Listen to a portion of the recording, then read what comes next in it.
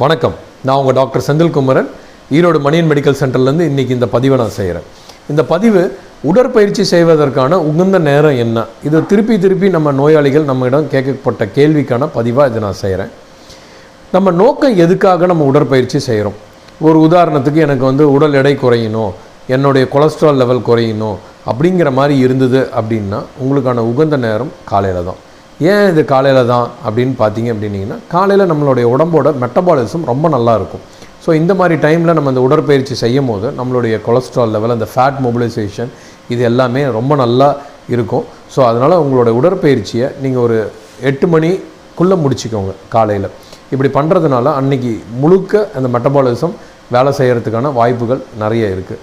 இல்லை நான் என்னுடைய உடம்பை கட்டுக்கோப்பாக இருக்கணும், ஒரு கட்டுமஸ்தானமாக ஒரு பாடி பில்டராக நான் வரணும் அப்படிங்கிற மாதிரி உங்களுக்கு ஒரு எண்ணம் இருந்தது அப்படின்னா உங்களுக்கான உகுந்த உடற்பயிற்சி நேரம் மாலை தான். நம்ம பாரதியார் சொன்ன மாதிரி மாலை முழுவதும் விளையாட்டு பாப்பான்னு சொன்னதுனால இது என்னதுக்காக இது நம்ம பண்ணுறோம் அப்படின்னு பார்த்தீங்க அப்படின்னீங்கன்னா, நம்ம உடம்புல இயற்கையாக சுரக்கக்கூடிய டெஸ்டோஸ்டிரானோட அளவு பார்த்தீங்க அப்படின்னிங்கன்னா மதியம் 3 மணிலேருந்து ஒரு 5 மணி வரலும் உங்களுடைய டெஸ்டோஸ்டிரான் ரொம்ப நல்லா உடம்புல சுரக்கும். இந்த டெஸ்டோஸ்டிரான் உங்களுடைய மசில் பில்டிங்க்கு, மசில் மாஸ் பில்ட் ஆகிறதுக்கு ரொம்ப உபயோகமாக இருக்கும்.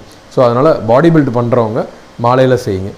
இல்லை என்னுடைய அலுவலக நேரம் பார்த்தீங்க அப்படின்னிங்கன்னா காலையிலேருந்து இரவு வரல என்னுடைய அலுவலக நேரம் இருக்குது. ஸோ என்னோடய பணி நிமித்தமாக என்னால் உடற்பயிற்சி உடனடியாக செய்ய முடியாது நீங்கள் சொன்ன நேரத்தில் அப்படின்னு பார்த்தீங்கன்னா, நீங்கள் ரொம்ப ஸ்ட்ரெஸ்ஸான பர்சனாக இருக்கீங்க, இல்லை ஒரு ஐடி ஜாபில் இருக்கீங்க அப்படின்னீங்கன்னா உங்களுடைய கார்டிசால் லெவல் ரொம்ப அதிகமாக சுரக்கும். ஸோ அந்த மாதிரி கார்டிசால் லெவல் அதிகமாக சுரக்கிறவங்களா இருந்தீங்க அப்படின்னீங்கன்னா இரவில் நீங்கள் உடற்பயிற்சி செய்யலாம். அதாவது ஒரு 7 மணிலேருந்து 9 மணிக்குள்ளே உங்களுடைய உடற்பயிற்சியை நீங்கள் முடிச்சுக்கோங்க.